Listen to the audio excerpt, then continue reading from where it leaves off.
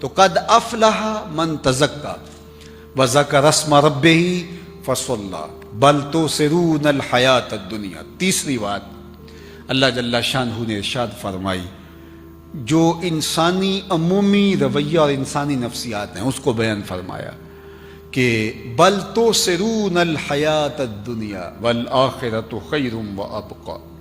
تم عموماً جو رویہ ہے تمہارا، تم جیتی دنیا، نقد دنیا کے پیچھے ہی دوڑتے ہو اور اس کو ہی ترجیح دیتے ہو۔ یعنی تمہارا ظاہری رویہ یہ ہے، چونکہ دنیا نقد کا سودا ہے اور آخرت ادھار ہے۔ شیطان کہتا ہے اب چوری کر اب مال ملے گا، اب بدکاری کر اب لطف آئے گا۔ اللہ نے وعدے ہمیں آخرت کے لیے، بہت ساری چیزوں کے وعدے آخرت میں دیے۔ غور و فکر کرنے والوں کے لیے کافی ہے، دنیا میں بھی اللہ تعالیٰ جل شانہ کی کرم نوازیوں کا می برستا ہے، لیکن خیر بہت سارے امور ہیں کہ اللہ تعالیٰ نے اس کا سودا ادھار پہ رکھا ہوا ہے، اور دنیا کے اوپر شیطان کہتا ہے یہ نقد سودا ہے۔ تو انسان اس جیتی دنیا کے نقد سودے کی طرف بھاگ پڑتا ہے، یہ اس کی نفسیاتی کمزوری ہے۔ تو فرمایا بل تؤثرون الحیات الدنیا، تم دنیا، جیتی دنیا کو ترجیح دیتے ہو، والآخرۃ خیر وابقی، حالانکہ آخرت بہتر بھی ہے اور دائمی بھی۔ اب دو چیزیں یہاں بیان فرمائیں، اور میری گفتگو ان دو چیزوں کو بیان کرنے کے بعد اپنے اختتام کی طرف بڑھ جائے گی، تو اس پر میں آپ کی توجہ چاہوں گا۔ فرمایا کہ تم جیتی دنیا کے پیچھے بھاگتے ہو، سویر سے لے کر شام تک، شام سے لے کر سویر تک۔ اپنی زندگی کی تگ و تاز دیکھ لو، کس طرح انسان سویر سے لے کر شام تک بھاگتا ہے، کتنی محنت کرتا ہے۔ کہتا تو یہ ہے کہ میں 2 وقت کی روٹی کے لیے بھاگ رہا ہوں، تو 2 وقت کی روٹی کے لیے اتنا تردد نہیں کرنا پڑتا، اور بہت سارے تقاضے ہیں ہمارے نفس کے، جن کو پورا کرنے کے لیے ہم نے اپنے آپ کو جو ہے وہ کولو کے بیل کی طرح جوت دیا ہے، حالات کے جو ہے وہ رحم و کرم پہ چھوڑ دیا ہے۔ اور جو آخرت ہے وہ کیا ہے؟ فرمایا والآخرۃ خیر وابقی، 2 لفظ بیان کیے، خیر اور ابقی۔ آخرت دنیا سے بہتر بھی ہے اور نہ ختم ہونے والے بھی ہے۔ اب امام فخر الدین رازی علیہ رحمہ تفسیر کبیر میں اسی آیت کریمہ کے تحت بڑی خوبصورت بات لکھی۔ آپ فرماتے ہیں دنیا کے ہیرے بھی ہوں اور آخرت کی ٹھیکریاں بھی ہوں تو وہ زیادہ قیمتی ہے۔ کیوں؟ اس لیے کہ وہ دائمی ہے، چونکہ یہ یہاں رہ جانے والی۔ ایک شخص کی جیب میں 1 کروڑ روپیہ ڈال دیا جائے لیکن وہ اس کا نہ ہو، اور ایک شخص کی جیب کے اندر جو ہے وہ چند روپے ہوں لیکن اس کے ہوں، تو اس کا تو پھر وہی ہوا، اس کے لیے تو قیمتی وہی ہوا جو اس کا ہے۔ یہ سب کچھ ترکہ بن جائے گا۔ ابھی سانس جو ہے وہ نکلی اور ابھی سب کچھ ترکہ بن گیا۔ اور جن کے لیے اتنا کچھ کیا تھا وہ تو غسل دینے کے روادار بھی نہیں ہوتے۔ میاں صاحب بولے جاندی واری ڈرونا بنیو تے ہاتھ نہ لاندے ڈر دے، جنہ لئی تو پاپ کمائے اج کتھے نہیں تیرے کر دے۔ وہ تو غسل دینے کے لیے بھی آمادہ نہیں ہوتے، ان کو تو خوف آنے لگ جاتا ہے، ان کو تو وحشت سی ہونے لگ جاتی ہے۔ تو یہ دنیا، یہ جیتی دنیا جس کے پیچھے انسان دوڑتا ہے، تو حضرت امام فخر الدین رازی علیہ رحمہ فرماتے ہیں کہ اس کے ہیرے اور موتی بھی ہوں اور وہاں ٹھیکریاں بھی ہوں اور وہ بھی قیمتی۔ اور میں آپ کے سامنے اس کی ایک مثال رکھنا چاہتا ہوں جو اللہ کے محبوب نے بیان فرمائی۔ وہ کیا؟ اللہ کے محبوب نے ارشاد فرمایا کہ جنت میں، یہ جنت کی پراپرٹی ویلیو ہے جو اللہ کے محبوب نے بیان فرمائی۔ میں تو شعبے کا شخص نہیں ہوں، لیکن جو اس شعبے سے وابستہ ان سے پوچھئے کہ باہر دور دیہاتوں میں کوئی 2-4 ایکڑ فروخت کریں تو آپ کے شہر اسلام آباد کے اندر کوئی 1 یا 2 کنال کا پلاٹ آتا ہوگا اس کے مقابلے کے اندر، اور وہ بھی وہاں سے فروخت کر کے کسی کمرشل جگہ پہ اس کو خریدے تو ہو سکتا ہے کہ وہ مرلوں میں سمٹ جائے۔ اور اگر آپ حرم کے آس پاس لینا چاہیں، سب سے قیمتی جگہ وہ ہیں، تو وہاں ہو سکتا ہے فٹوں میں ملیں آپ کو۔ تو جگہ جگہ کی پراپرٹی ویلیو ہے۔ دیہات کے اندر اتنے پیسوں کے اندر کتنے مربع آ گئے، شہر میں چند کنالیں آئیں اور حرم کے آس پاس چند فٹ آئے۔ اب جنت کی پراپرٹی ویلیو کیا ہے؟ یہ تو وہی بیان کرے گا جو جنت کو جانتا ہے۔ تو اللہ کے محبوب نے جنت کی پراپرٹی ویلیو بیان کی، سنیے۔ فرمایا جس کو جنت میں 1 کوڑا رکھنے کی جگہ مل گئی، ایک ڈنڈے جتنی جگہ، ایک کوڑے کی جتنی رسی ہوتی ہے، صرف اتنی جگہ جس کو جنت میں مل گئی، دنیا و ما فیہا سے وہ جگہ زیادہ قیمتی ہے۔ یہ پراپرٹی ویلیو اللہ کے محبوب نے بیان فرمائی۔ کوڑے جتنی جگہ اگر کسی کو مل گئی جنت میں، دنیا و ما فیہا، دنیا 7 بر اعظموں پہ پھیلی ہوئی دنیا کے اندر لوگوں کے پاس ذاتی سرمائے، مالیاتی اداروں کے پاس مال، پہاڑوں کی کوکھ میں چھپے ہوئے خزانے، صحراؤں میں، پہاڑوں میں، دریاؤں میں، سمندروں کی تہوں میں چھپے ہوئے قیمتی موتی، اس کائنات کے اندر جو کچھ ہے سب کی قیمت لگائی لی جائے، اور جنت میں ایک ڈنڈا رکھنے کی جگہ، ایک کوڑا رکھنے کی جگہ، کیا اس کو خرید پائیں گے اتنی قیمت سے؟ میرے حضور نے فرمایا یہ اس سے بھی قیمتی ہے، دنیا و ما فیہا سے زیادہ قیمتی ہے۔ اللہ اکبر، یہ صحاح کی روایت ہے۔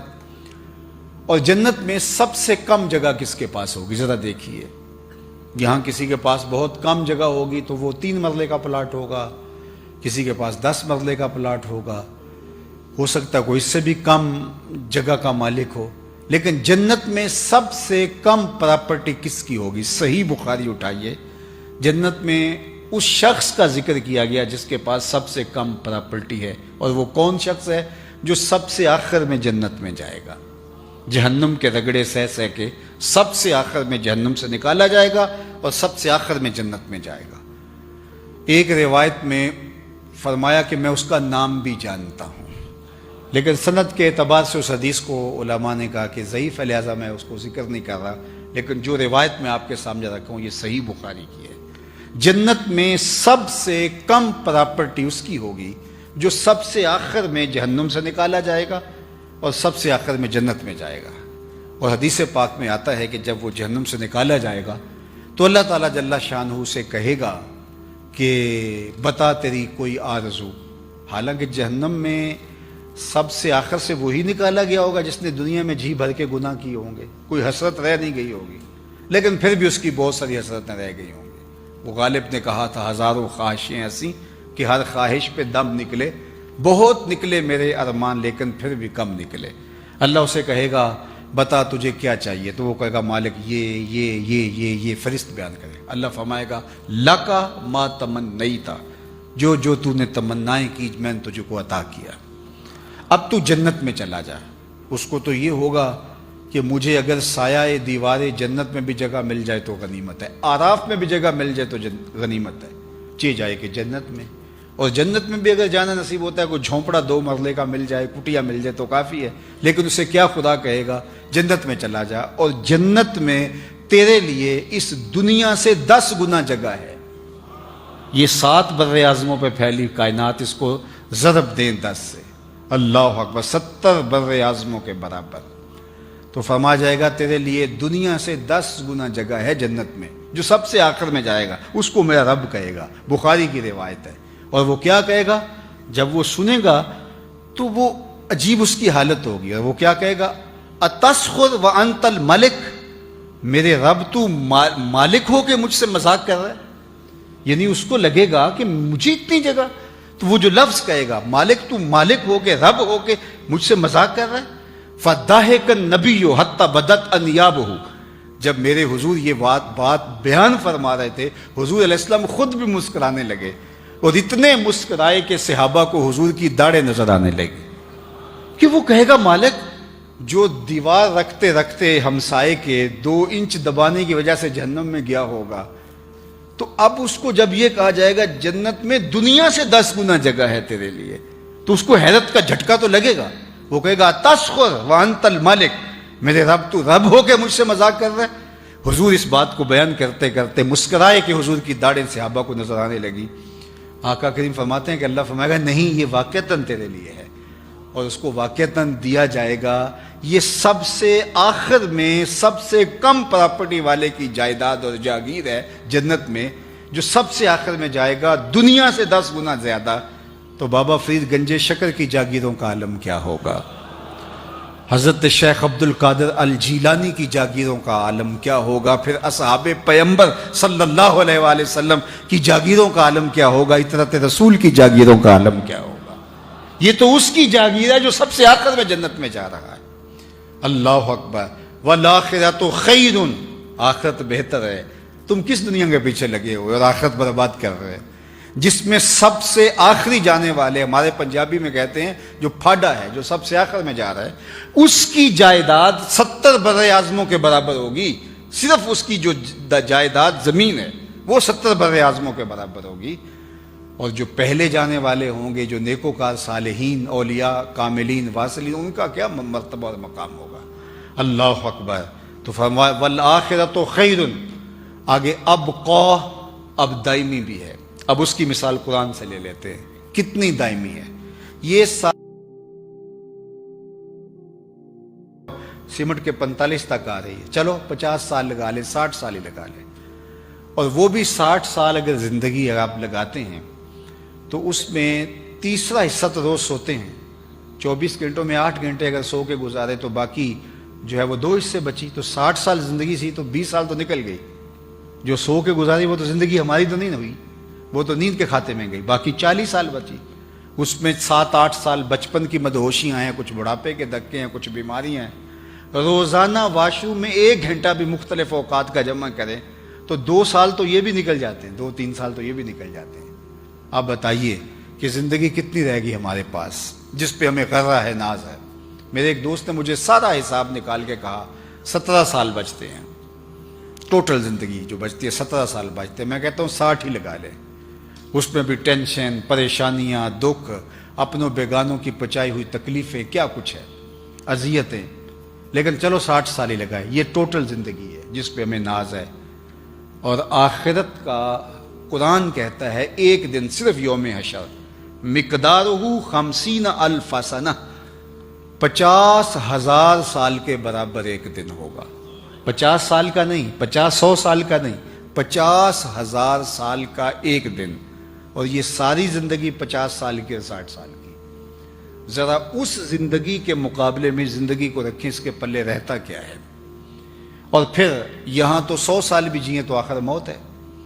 وہاں پھر جنتیوں کو جنت میں جا کے حدیث پاک میں آتا ہے ایک ہی خدشہ ہوگا کہیں موت نہ آ جائے، اور جہنمیوں کو ایک ہی موہوم سی امید ہوگی کہیں موت آئے، قصہ تمام ہو، بات ختم ہو، کہانی سمٹ جائے اور جان چھوٹ جائے.